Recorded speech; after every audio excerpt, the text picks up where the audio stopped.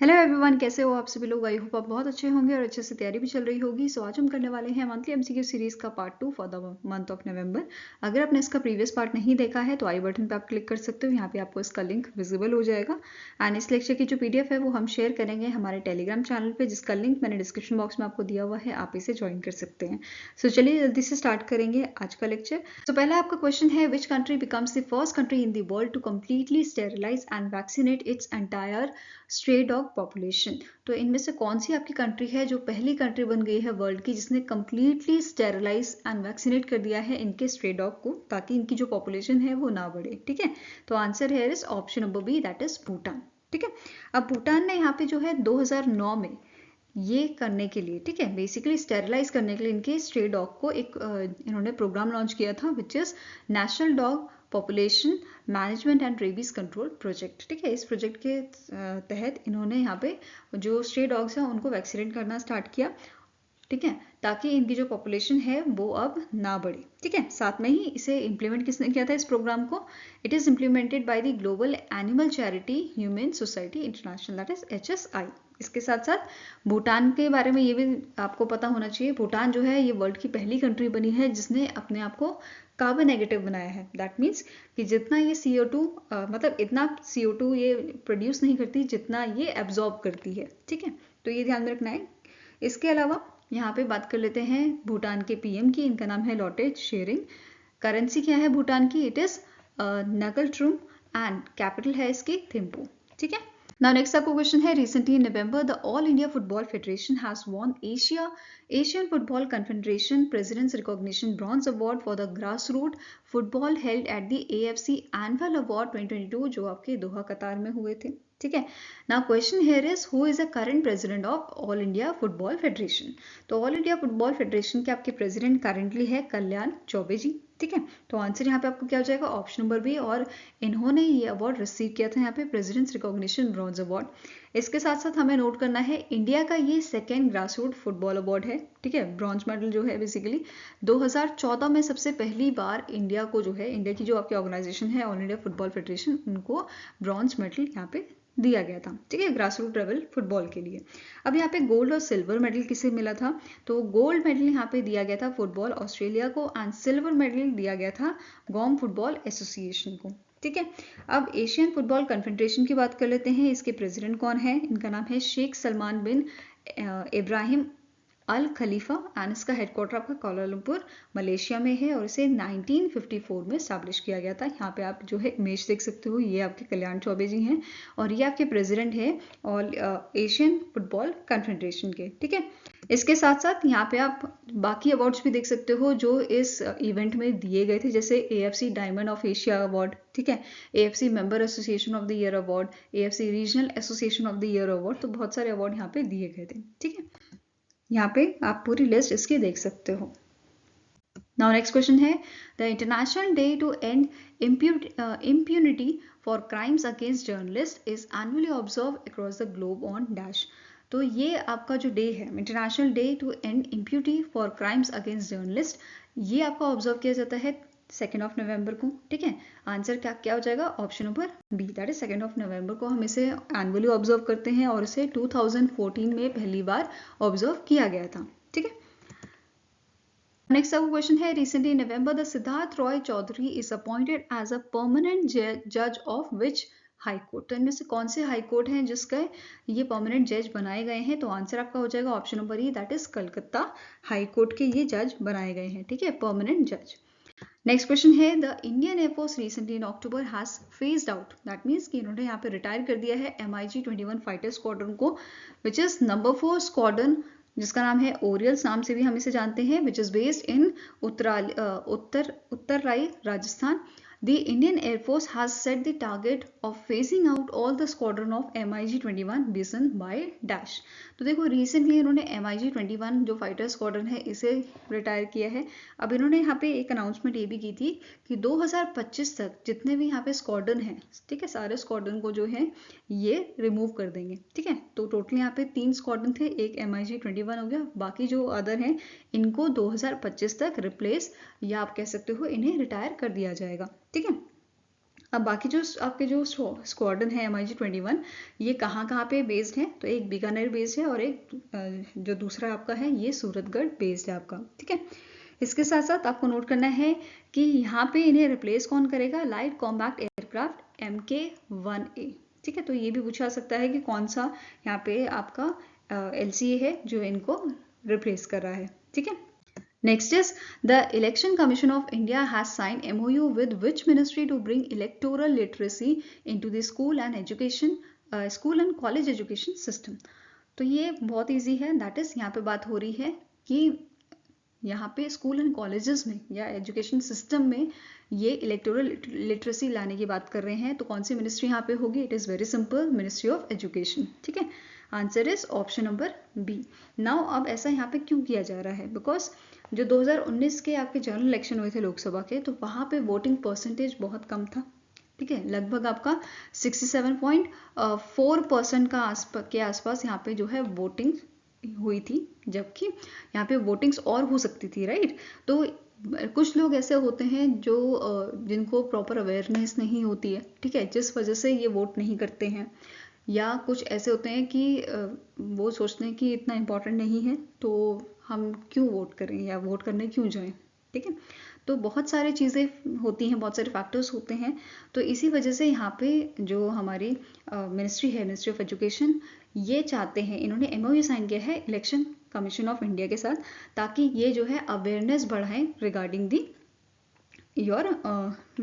दी elections, ठीक है।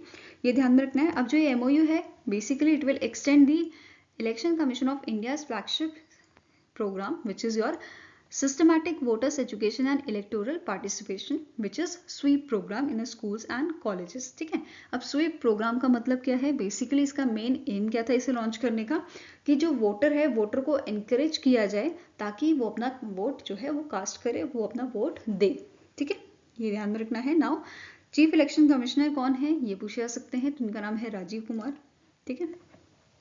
क्या नाम है इनका, राजीव कुमार, ठीक है। हेडक्वार्टर कहाँ पे है ये इलेक्शन कमीशन ऑफ इंडिया का, तो ये लोकेटेड है न्यू दिल्ली में, ठीक है। Now next is the Indian Navy has decommissioned a long-range maritime patrol aircraft named Dash after 46 years of service to the nation at the INS Hansa at the Dambo Lim, Goa. तो answer यहाँ पे आपका हो जाएगा, that is Indian navy ने भी decommission किया है अपना long range maritime petrol aircraft, जिसका नाम है इल्यूशन 38 सी ड्रैगन, ठीक है। आंसर आपका हो जाएगा ऑप्शन नंबर डी। अब क्वेश्चन पूछा जा सकता है कि इसको कमीशन कब किया गया था, 1977 में इसको जो है कमीशन किया गया था इंडियन नेवी में, ठीक है।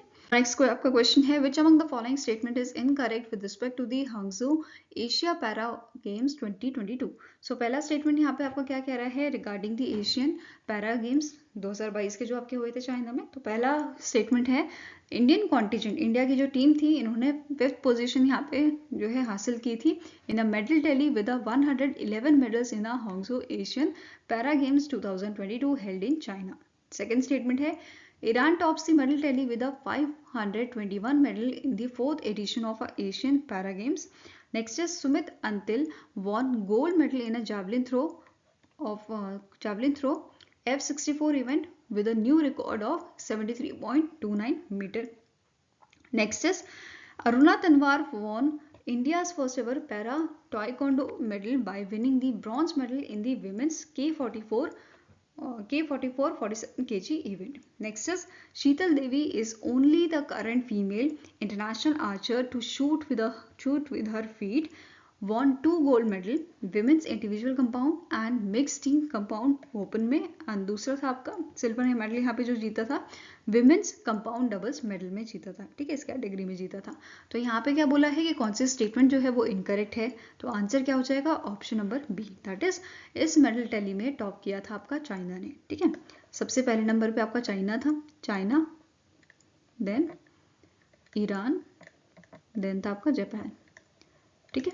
तो ये आपको टैली याद रखनी है। इसके अलावा यहाँ पे हमने पढ़ा कि जो सुमित अंतिल हैं, इन्होंने यहाँ पे रिकॉर्ड बनाया था 73.29 मीटर का, इन्होंने अपना ही रिकॉर्ड यहाँ पे ब्रेक किया था जो था 70.83 मीटर का रिकॉर्ड, ठीक है।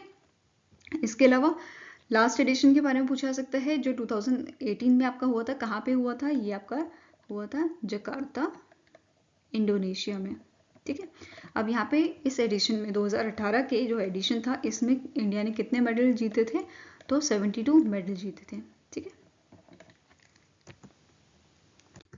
नाउ यहाँ पे आप पूरी इसकी जो है टॉप 10 देश देख सकते हो। जैसे पहले नंबर पे चाइना, फिर दूसरा ईरान, तीसरा Japan, south Korea fourth number पे था, फिफ्थ पे इंडिया था, फिर सिक्स्थ पे इंडोनेशिया, सेवन्थ पे Thailand, Uzbekistan, Philippines and Hong Kong. ठीक है, पूरे यहाँ पे आप जो है इनके मेडल्स देख सकते हो, गोल्ड कितने थे, सिल्वर और ब्रॉन्ज कितने थे। ठीक है, इंडिया की बात करें तो 29 यहाँ पे गोल्ड थे, 31 सिल्वर एंड 51 आपके ब्रॉन्ज मेडल थे।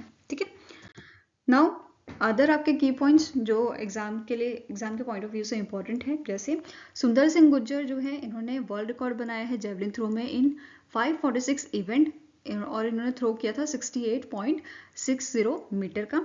ठीक है, और इन्होंने जो पहला रिकॉर्ड था, अर्लियर रिकॉर्ड कितने का था, 67.79 मीटर का, इसको सरपास कर दिया।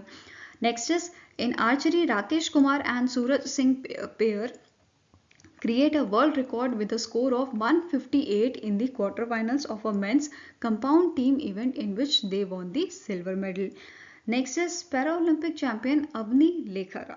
ठीक है, अवलिन Lekhara won the gold medal in a new Asian Para Games record of a 249.6 point. Again इनका भी एक रिकॉर्ड बना था। ठीक है, 249.6 पॉइंट का in a women's 10 metre air rifle standing.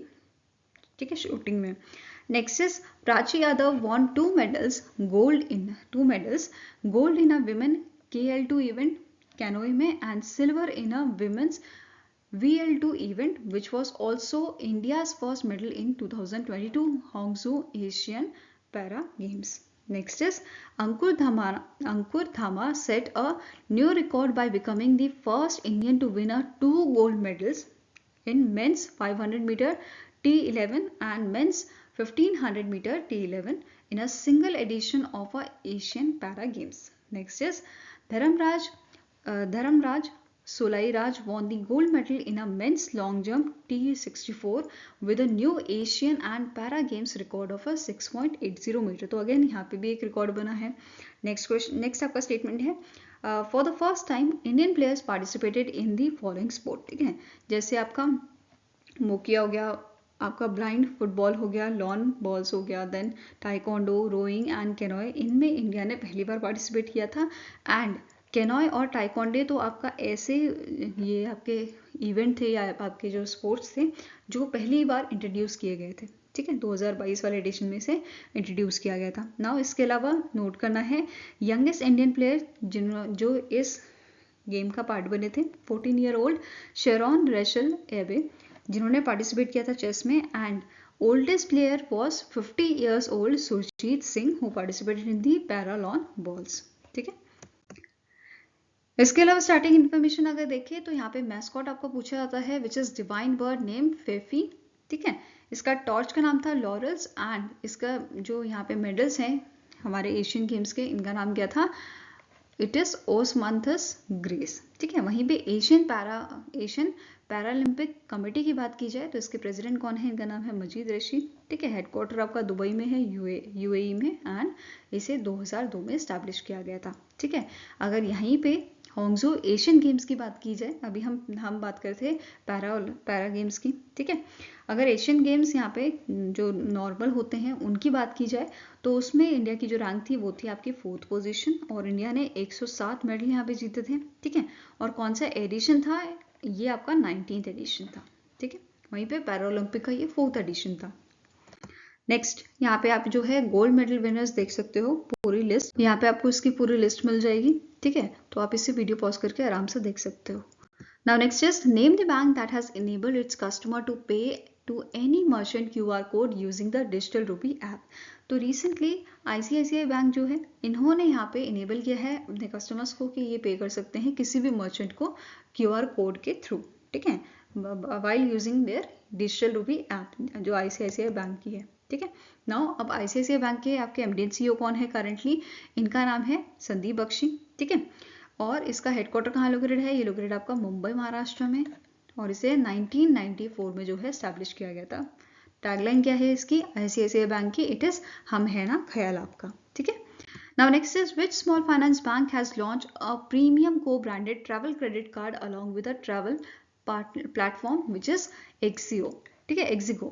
तो आंसर आपका हो जाएगा कि यहाँ पे AU स्मॉल फाइनेंस बैंक ने जो है पार्टनरशिप की है किस चीज़ के लिए, को ब्रांडेड ट्रैवल क्रेडिट कार्ड के लिए, किसके साथ, Exigo के साथ, ठीक है। आंसर आपका क्या हो जाएगा, it is AU small finance bank. Now आप स्टार्टिंग इन्फॉर्मेशन देख लेते हैं इस प्लेटफॉर्म के बारे में। जैसे इनका को फाउंडर कौन है, इनका नाम है अलोके वाजपेयी एंड रजनीश कुमार। हेडक्वार्टर्स का लोकेटेड है गुरुग्राम हरियाणा में और इसे 2007 में एस्टैब्लिश किया गया था। AU स्मॉल फाइनेंस बैंक की बात करें तो इसका हेडक्वार्टर आपका जयपुर में है, ठीक है। और संजय अग्रवाल जी जो हैं, संजय अग्रवाल जो हैं ये इनके MD एंड CEO हैं AU स्मॉल फाइनेंस बैंक के। नेक्स्ट क्वेश्चन है which country recently in November simplified the process for Indian nationals to open and operate bank accounts in a financial institution. तो रिसेंटली यहाँ पे Russia ने जो है ये प्रोसेस सिंप्लीफाई कर दिया है। तो आंसर आपका क्या हो जाएगा, ऑप्शन नंबर C, ठीक है।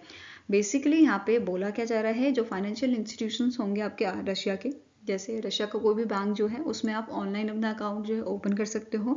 अब इस अकाउंट का फ़ायदा क्या होगा, जैसे जो स्टूडेंट्स बाहर जाते हैं पढ़ने, ठीक है, इंडिया से जैसे रशिया में गए तो उन्हें फ़ीस ट्रांसफ़र करने में आसानी होती है, ठीक है।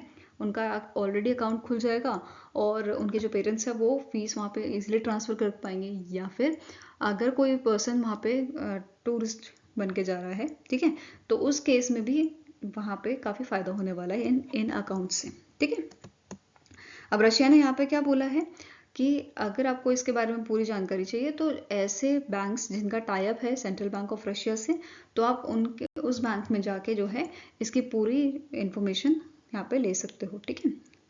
Now next up question है which company recently in November signed a 15-year agreement worth rupees 63,000 crore with a GAIL India Limited to supply propane to India's first propane dehydrogenation and polypropylene plant project in a असर महाराष्ट्र। तो answer आपका हो जाएगा it is Bharat petroleum corporation limited, जिन्होंने गेल India के साथ ये MOU sign किया है 15-year agreement for the supply of a propane, ठीक है। नाउ जो गेल इंडिया प्रोपेन ये जो बेसिकली प्लांट है, ये प्लांट जो है ये आपका लॉन्च किया जाएगा 2025 में, तो ये भी ध्यान में रखना है।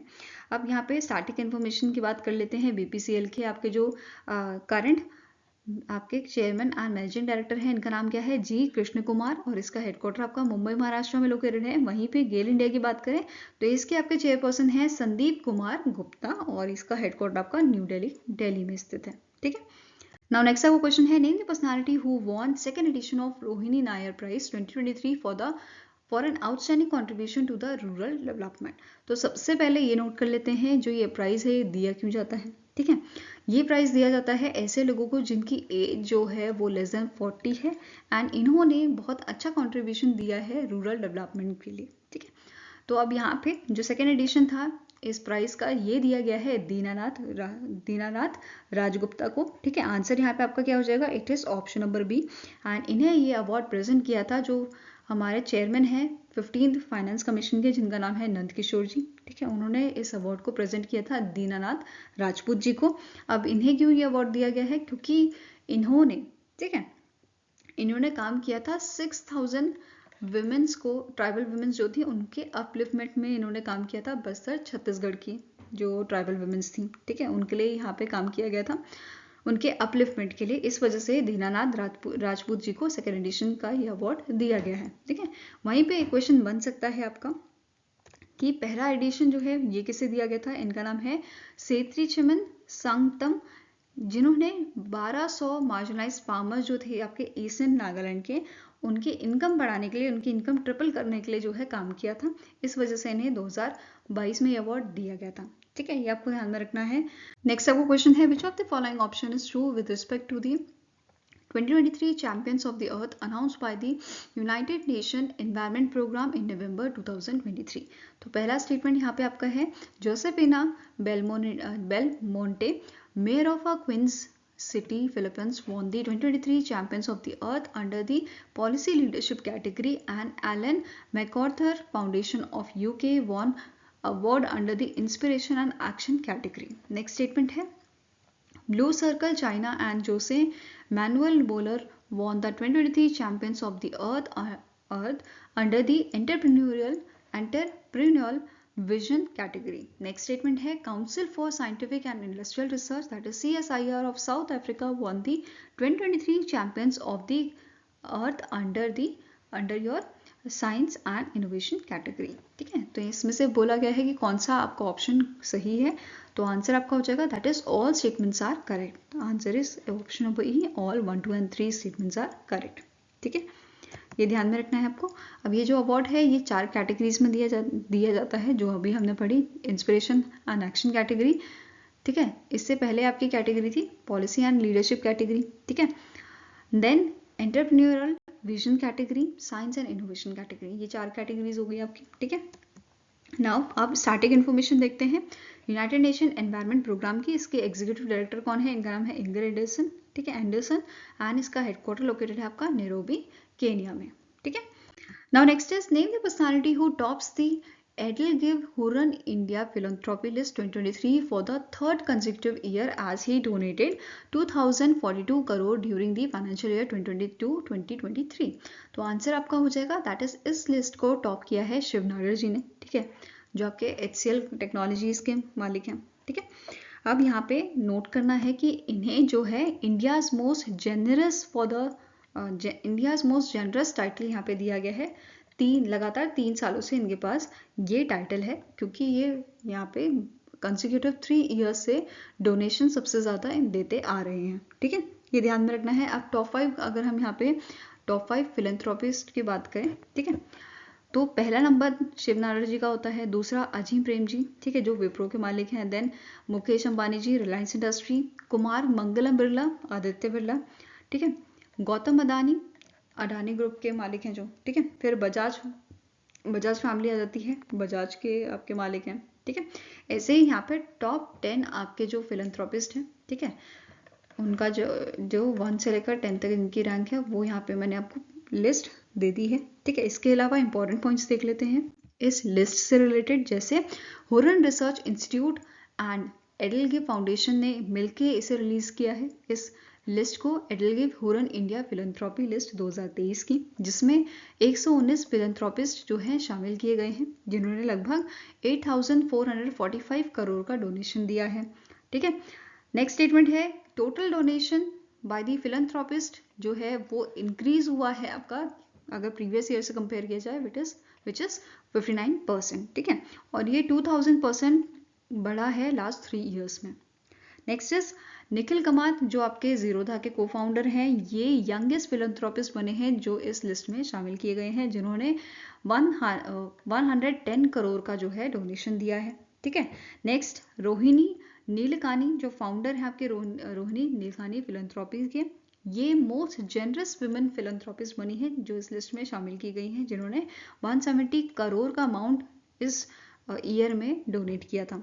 ठीक है, next is the largest number of philanthropist in the list of 2023 belongs to pharma industry. सबसे ज्यादा आपके जो फिलेंथ्रोपिस्ट हैं ये फार्मा इंडस्ट्री से हैं, विच इज 17%। सेकेंड नंबर पे आपका केमिकल एंड पेट्रोकेमिकल्स आ जाता है, जो लगभग आपका 11% है। ठीक है, इसके अलावा यहाँ पे इंपॉर्टेंट आपके जो टाइटल्स हैं, जैसे India's most generous professional manager, ये टाइटल किसको दिया गया है? AM नायक को, जो आपके लार्सन एंड टर्बो से कंपनी से रिलेटेड है। Next is most generous new एंट्रेंट जो है, ये दिया गया है को founder of Infosys, which is के दिनेश। ठीक है, जिन्होंने 47 करोड़ का अमाउंट डोनेट किया था। फाइन, नाउ नेक्स्ट क्वेश्चन है the Rajendra Menon, former chief justice of Delhi high court, has been reappointed as a chairman of the arm forces tribunal, that is AFT for dash years. तो कितने सालों के लिए इन्हें जो है अपॉइंट किया गया है? तो आंसर आपका हो जाएगा दैट इज 4 ईयर्स के लिए इनको अपॉइंट किया गया है। ठीक है, एंड यहाँ पे आपको नोट करना है ये दिल्ली हाई कोर्ट के आपके जो हैं चीफ जस्टिस रह चुके हैं 2018 से 2019 के बीच में। ठीक है, now next is recently in November the Zurich Insurance acquired a -% stake in a Kotak General Insurance for the ₹4,051 crore. तो आंसर आपका हो जाएगा दैट इज, यहाँ पे इन्होंने 51% जो स्टेक हैं वो एक्वायर किए हैं। ठीक है, मतलब ये बेसिकली एक्वायर करेंगे और पूरा इसका जो प्रोसेस है ये आपका 30 जून 2024 तक कंप्लीट होएगा। ठीक है, आंसर है is option number B. Now static information देख लेते हैं, which is Kotak Mahindra general insurance का जो हेडक्वार्टर है ये कहाँ लोकेटेड है, मुंबई महाराष्ट्र में लोकेटेड है। और इसके करंट एमडी एंड सीईओ कौन है, इनका नाम है सुरेश अग्रवाल। ठीक है, क्या नाम है इनका, सुरेश अग्रवाल। अब नेक्स्ट आपका क्वेश्चन है, recently in October the Indian army conducted the inaugural test firing of a 70 mm rockets and 20 mm turret guns in its light combat helicopter Prachand. The light compact helicopter Prachand is design and manufactured by which company. तो इसे design और manufacture किसने किया है, तो it is design and manufactured by HAL Hindustan aeronautics limited. ठीक है, जिसके आपके करंट CMD कौन है, इनका नाम है CB अनंत कृष्णन। ठीक है, अब इसके अलावा आपको नोट करना है दैट इज जो ये टेस्ट आपका हुआ था, ये हुआ था लिकाबाली इन अरुणाचल प्रदेश, जो आपका एयरफोर्स स्टेशन है जहाँ पे। ठीक है, इसके अलावा यहाँ पे एक क्वेश्चन और बन सकता है कि जो ये आपका लाइट कॉम्बैक्ट हेलीकॉप्टर प्रचंड है, इसे कब इंडक्ट किया गया था इंडियन आर्मी में, तो अक्टूबर 2022 को इसे इंडक्ट किया गया था। ठीक है, now next is which organization has set up a center of excellence to provide training in a railway signaling and telecommunication system in New Delhi, Delhi। तो आंसर आपका हो जाएगा दैट इज ये कंपनी है RailTel corporation of India limited. ठीक है, answer is option number ई। और जिसके कारण आपके चेयरमैन और मैनेजिंग डायरेक्टर कौन है, इनका नाम है संजय कुमार। क्या नाम है इनका, संजय कुमार। ठीक है, अब यहाँ पे नोट करना है कि जो सेंटर ऑफ एक्सीलेंस है ये बेसिकली यहाँ पे certification and diploma courses provide करेगा in collaboration with the Indian institutes of technology and with the Indian institute of management that is IIMs। ठीक है, इसके अलावा रेल एडुटेक प्राइवेट लिमिटेड जो है ये आपका रिसोर्स पार्टनर रहेगा for the centre of excellence for providing the comprehensive railway training. ठीक है, now next is which state government has approved the Abua Awas Yojana to build 8 lakh Pakka houses for the homeless in the state with a total budget of 16,320 crore. तो basically ये जो scheme है आपकी, ये झारखंड के जो गवर्नमेंट है उन्होंने इसे लॉन्च किया है। ठीक है, आंसर आपका हो जाएगा ऑप्शन नंबर डी। ये आपकी जो स्कीम है it is basically housing scheme for the poor. ठीक है, यहाँ पे 3 फेजेस में जो है घर बनाए जाएंगे। कौन कौन सी कैसी कैसी फेजेस हैं ये देख लेते हैं। जैसे जो फर्स्ट फेज है आपका ये फाइनेंशियल ईयर 2023-2024 का है, जिसमें 2 लाख हाउसेस यहाँ पे कंस्ट्रक्ट किए जा रहे हैं। फिर सेकेंड फेज जो है 2024-25 which is in which 3.5 lakh houses will be created constructed. ठीक है, थर्ड फेज में 2.5 लाख हाउसेस आपके जो है बनाए जाएंगे, पक्का हाउसेस यहाँ पे बनाए जाएंगे। ठीक है, for the financial year 2025-2026। Fine. Now next question है, recently in November, India signed a letter of intent for cooperation in a field of public administration and administrative reforms with which country for the 3 year। तो India ने recently month of November letter of intent sign किया है France के साथ। ठीक है, India के जो आपका department of administrative reforms and public grievance है, जो आपका ministry of personnel public grievance and pension के अंडर आता है, इन्होंने ministry of public sector transformation and civil services के जो आपकी फ्रेंच की, ठीक है, जो आपकी फ्रांस की मिनिस्ट्री है उनके साथ ये लेटर ऑफ इंटेंट साइन किया है 3 सालों के लिए। ठीक है, ये ध्यान में रखना है। नाउ जो आपका फ्रांस है, फ्रांस के प्रेसिडेंट कौन है, इनका नाम है एमेन्युअल मैक्रोन। ठीक है, कैपिटल पूछी जा सकती है तो पेरिस, आपकी पेरिस फ्रांस जो है आपकी कैपिटल है। ठीक है, एंड यहाँ पे अगर करेंसी की बात करें तो करेंसी क्या है आपकी फ्रांस की, इट इज योर यूरो। ठीक है, नाउ नेक्स्ट आपका क्वेश्चन है, which organization recently in November launched the National Efficient Cooking Program NECP and Energy Efficient Fan Program to revolutionize India's energy landscape। तो answer आपका यहाँ पे है option number E, that is energy efficiency services limited जो है। ठीक है, जो मिनिस्ट्री ऑफ पावर के अंडर काम करती है। इस ऑर्गेनाइजेशन ने यहाँ पे 2 प्रोग्राम लॉन्च किए हैं। पहला प्रोग्राम है national efficient cooking programme NECP, जो आपका पार्ट है प्रधानमंत्री उज्ज्वला योजना का। ठीक है, इसका मेन मोटिव क्या है, अ क्लीन कुकिंग एनर्जी जो है उसको प्रमोट करना। ठीक है, अब ये जो स्कीम है ये फोकस करती है non solar electricity based induction cook stove in line with the go electric initiative. और इस प्रोग्राम के तहत, ठीक है, इस प्रोग्राम के तहत यहाँ पे 20 लाख आपके इंडक्शन जो हैं वो डिस्ट्रीब्यूट किए जाएंगे। ठीक है, नेक्स्ट यहाँ पे आपका प्रोग्राम है एनर्जी एफिशिएंट फैन प्रोग्राम। ठीक है, इस प्रोग्राम के तहत यह जो प्रोग्राम है इसका मेन फोकस क्या है, एनकरेज करना लोगों को ताकि वो एनर्जी एफिशिएंट अप्लायंस जो हैं वो अडॉप्ट करें, फिर वो LED बल्ब्स हों या ट्यूबलाइट्स हों या हाई परफॉर्मेंस फैंस हों। ठीक है, ये याद रखना है। अब इसके अलावा एनर्जी एफिशिएंसी सर्विसेज लिमिटेड की बात करें तो इसके सीईओ कौन है करंटली, इनका नाम है विशाल कपूर। क्या नाम है इनका? विशाल कपूर। और ये जो ऑर्गेनाइजेशन है ये जॉइंट वेंचर है आपकी एनटीपीसी का, ठीक है, power finance corporation, REC limited and power grid का, ठीक है। और नेक्स्ट आपका क्वेश्चन है, recently in November union minister Ashwini Vaishnaw announce that India will be hosting the world telecommunication standardization assembly in 2024।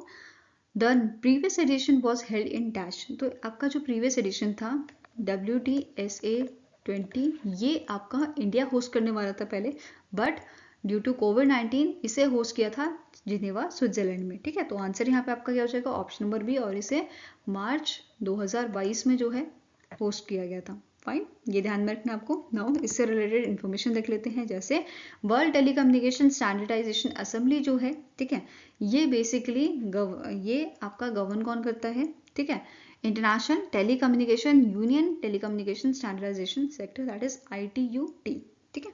अब ये जो ऑर्गेनाइजेशन है इसका काम क्या होता है? इसका काम बेसिकली ये है कि जो telecommunication and information communication technology होती है इसके कुछ स्टैंडर्ड होते हैं, उनके लिए कोऑर्डिनेट करना, ठीक है। तो ये कोऑर्डिनेट करने का यहाँ पे काम करती है। इसकी रिस्पॉन्सिबिलिटी क्या है कि ये सबको कोऑर्डिनेट करेगी यहाँ पे। फाइन, अब यहाँ पे आपको नोट करना है जो WTSA है, ठीक है, वर्ल्ड टेलीकम्युनिकेशन स्टैंडर्डाइजेशन असेंबली जो है ये बेसिकली जो 3 वर्ल्ड कॉन्फ्रेंसेस होती हैं आपकी जो ITU ऑर्गेनाइज करता है उसका एक पार्ट है, ठीक है। बाकी 2 पार्ट्स आपके कौन कौन से हैं? It is world radio communication conference जो आपकी हेल्ड होती है वंस इन एवरी 3 और 4 ईयर। देन नेक्स्ट आती है वर्ल्ड टेलीकम्युनिकेशन डेवलपमेंट कॉन्फ्रेंस जो आपकी 4 साल में एक बार होती है। ऐसे ही जो आपकी वर्ल्ड टेलीकम्युनिकेशन स्टैंडर्डाइजेशन असेंबली है ये भी आपकी जो है 4 साल में एक बार ही हेल्ड होती है। Fine, now next is the RBI has increased the minimum amount for offering non-callable term deposit from rupees 15 lakh to dash। तो अभी रिसेंटली RBI ने जो है मिनिमम अमाउंट जो है वो इंक्रीज कर दिया है नॉन कॉलेबल टर्म डिपॉजिट का। 15 लाख से इसे आप बढ़ा के 1 करोड़ कर दिया गया है, ठीक है। आंसर यहाँ पे आपका क्या हो जाएगा? Option number D. बेसिकली जो कस्टमर्स हैं अब वो प्री मैच्योरली विड्रॉ कर सकते हैं अपना पैसा फिक्स डिपॉजिट से अप टू 1 करोड़, ठीक है। Next question है, the IRDAI recently in November has formed a task force to review the existing bank assurance framework. The task force is formed under the chairmanship of dash। तो इस task force के आपके chairman कौन है या head कौन है? इनका नाम है मीना कुमारी। क्या नाम है इनका? मीना कुमारी, जो एग्जीक्यूटिव डायरेक्टर है IRDAI की, ठीक है। ये ध्यान में रखना है। Answer here is option number A. Fine, अब यहाँ पे IRDAI की बात हो रही है तो इसके चेयरपर्सन आपको पता होना चाहिए, इनका नाम है देवशीष पांडा, ठीक है। हेडक्वार्टर की बात करें तो ये लोकेटेड है आपका हैदराबाद में, ठीक है। कहाँ लोकेटेड है? हैदराबाद, तेलंगाना में, ठीक है। अब यहाँ पे बाकी जो आपके मेंबर्स हैं, ठीक है, उनकी बात कर लेते हैं। जैसे ये टास्क फोर्स में आपके 4 मेंबर्स हैं, ठीक है। एक तो चेयरमैन आपके हो गए, इसके अलावा यहाँ पे 4 मेंबर हैं जैसे येगना, प्रिया भरत, ठीक है, Surya Kumar, J Anita, DS Murthy. Fine, next आपका क्वेश्चन है, the which of the following statement is correct with respect to the new norms issued by the RBI to regulate payment aggregator cross border in a cross border payments. तो पहला यहाँ पे statement क्या है? RBI has decided to include all entities facilitating cross border payment transaction for the import and export of goods and services under the direct regulation of the RBI।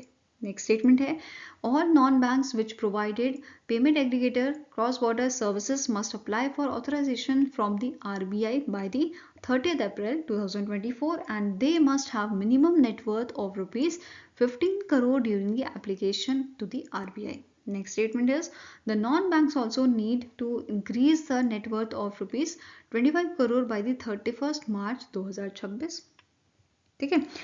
D statement है, non compliant non bank payment aggregator must cease operation by 31 July 2024 if unable to meet the requirement और application और apply for the authorisation, ठीक है। इसके अलावा last statement है all of the above, ठीक है। तो answer here is option number E कि सारे स्टेटमेंट आपके करेक्ट हैं, ठीक है। Now next other key points यहाँ पे डिस्कस करते हैं इन नॉर्म से रिलेटेड। जैसे all non bank payment aggregator cross border should registered with the Financial Intelligence Unit India as a prerequisite for seeking authorization from the RBI. ठीक है, next is existing payment aggregators require explicit approval from the RBI for the cross border payments. ठीक है, now next is import only payment aggregators must maintain import collection account with the AD category 1 scheduled commercial bank for exports exceeding 2,50,000 due diligence of a buyer is necessary. Next is export only payment aggregators must maintain export collection account. जैसे import वालों को import collection account maintain करना जरूरी है, वैसे ही export वालों को export collection account जो है मेंटेन करना जरूरी है इन इंडियन रुपीस और in a foreign currency with a scheduled commercial bank. Separate export collection account needed for each non Indian currency. ठीक है, इसके अलावा रिसेंटली आरबीआई ने जो है मॉनेटरी पेनल्टी जो है लगाई है डिफरेंट बैंक्स और एनबीएफसीज में. कौन कौन से ये बैंक हैं और एनबीएफसीज हैं देखते हैं. जैसे पीएनबी बैंक पे 72 लाख की पेनल्टी लगी है, फिर 30 लाख पेनल्टी फेडरल बैंक पे लगाई गई है. ठीक है, देन 13.38 लाख पेनल्टी यहाँ पे जो है लगाई गई है कोसामतम फाइनेंस लिमिटेड पे and Mercedes Benz financial services पे 10 लाख की पेनल्टी है एंड 2.50 करोड़ की पेनल्टी यहाँ पे लार्सन एंड टर्बो फाइनेंस पे लगाई गई है. ठीक है, एल&टी फाइनेंस पे. Fine. Now next is which life insurance company recently in November has launched a super cash plan, a new non-linked participating individual life insurance saving plan. तो इसे launch किया है यहाँ पे एगस फेडरल लाइफ इंश्योरेंस ने. ठीक है, answer here is option number C. और इस प्लान का नाम क्या रखा गया है? It is Ageas federal life insurance super cash plan. ठीक है, क्या नाम है? Ageas federal life insurance super cash plan, जिसके एमडी एंड सीईओ कौन है करंटली? इनका नाम है विघ्नेश शाने और इसका हेडक्वार्टर यहाँ पे लोकेटेड है मुंबई, महाराष्ट्र में. Now next is ICICI Prudential multi-asset fund scheme has completed dash years in 31st October 2023. तो ICICI Prudential multi-asset fund scheme जो है इसने 21 years complete किए हैं in month of October. तो आंसर यहाँ पे आपका हो जाएगा ऑप्शन नंबर बी. और इस स्कीम को जो है लॉन्च किया गया था 31st October 2002 को. Fine. Now next is name the personality who is nominated as a regional director of the World Health Organization Southeast Asia region. तो साउथ ईस्ट एशिया रीजन के लिए यहाँ पे रीजनल डायरेक्टर कौन नॉमिनेट किया गया है? ये इनका नाम है सीमा वजीद. क्या नाम है इनका? इनका नाम है सीमा वजीद, जो बांग्लादेश की रहने वाली हैं and she is the daughter of a Bangladesh prime minister जिनका नाम है शेख हसीना जी. ठीक है, और ये रिप्लेस किसे करेंगे? ये रिप्लेस करेंगे पूना खेत्रपाल सिंह को. ठीक है, जो इंडिया के रहने वाले हैं एंड इनका जो टेन्योर है बेसिकली जो साइमा वजीद है इनका जो टेन्योर है ये 1 फरवरी 2024 से स्टार्ट होएगा. ठीक है.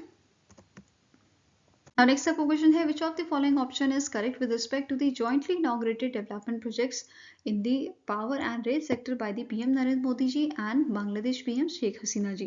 तो पहला आपका स्टेटमेंट यहाँ पे क्या कह रहा है? PM Narendra Modi ji and PM Sheikh Hasina ji ने वर्चुअली इनॉग्रेट किया था Akhaura Agartala rail line starting from the Tripura's Nischintapur and Ganga Sagar in the Bangladesh which will connect Agartala and Akhaura जो बांग्लादेश में आपका. ठीक है, ये अगरतला से अखुरा को कनेक्ट करेगा. अब इस जो ये रेल लाइन है आपकी इससे क्या मदद मिलेगी? जो रास्ता 31 आवर्स का होता था बेसिकली, जो ट्रैवल टाइम लगता था 31 आवर्स का, अब वो कम होके 10 आवर्स तक हो जाएगा. ठीक है, तो ये सहूलियत यहाँ पे मिलने वाली है. नेक्स्ट स्टेटमेंट है Khulna Mongla port rail line which encompasses the construction of a 65 kilometres broad gauge rail route that will connect Mongla port to the existing rail network in a Khulna. ठीक है, नेक्स्ट स्टेटमेंट है unit second of a मैत्री support thermal power plant was jointly inaugurated under the Indian concessional financing scheme loan of rupees 1.6 billion US dollar in a 1320 megawatt super thermal power plant located in the Rampal in Khulna division of Bangladesh. ठीक है, अब यहाँ पे क्या बोला गया है? इनमें से कौन सी स्टेटमेंट आपके करेक्ट है? तो आंसर हो जाएगा option number A, that is all 1, 2 and 3 statements are correct. इसके अलावा हमें यहाँ पे नोट करना है ठीक है। जैसे Akhaura Agartala cross border rail link की हमने बात की, जिसमें हमारा जो ट्रैवल टाइम है वो कम हो जाएगा। कितना कम होएगा? वो आपका 10 आवर्स का हो जाएगा। ठीक है। अब यहाँ पे लेंथ की बात करें तो इसकी रेल लिंक की लेंथ कितनी है? इट इज़ 12.24 किलोमीटर, जिसमें से 6.78 किलोमीटर आपका बांग्लादेश में है। ठीक है। वहीं पे 5.46 किलोमीटर आपका त्रिपुरा में रहेगा, अगरतला में। ठीक है। नेक्स्ट इज जो आपका थर्ड स्टेटमेंट है, unit second of Maitree's super thermal power plant. ठीक है। अब ये जो प्रोजेक्ट है इसको इम्प्लीमेंट किसने किया था? इस प्रोजेक्ट को इम्प्लीमेंट किया था Bangladesh India friendship power company limited. ठीक है। जिसमें 50-50% का जो शेयर है, ये जॉइंट वेंचर है, वो कौन कौन सी कंपनी का है? एनटीपीसी लिमिटेड का, और दूसरी है बांग्लादेश पावर डेवलपमेंट बोर्ड का। ठीक है। एंड जो यूनिट 1 आपका मैत्री सुपर थर्मल पावर प्लांट है, ये आपका इनॉग्रेट किया गया था 2022 में। ठीक है। आई होप गाइस आपको ये वीडियो पसंद आया हो। अगर पसंद आया तो लाइक एंड शेयर जरूर कीजिएगा, और हमारे साथ जुड़ने के लिए हमारे चैनल को सब्सक्राइब कीजिएगा। अगर आपके कुछ सजेशन है तो आप हमें मेल कर सकते हैं benchmarkstudy007@gmail.com पे, या फिर आप हमें कमेंट सेक्शन में भी लिख सकते हैं। सो मिलेंगे ऐसे ही नेक्स्ट वीडियो के साथ। Till then take care, have a nice day and all the best for your preparations.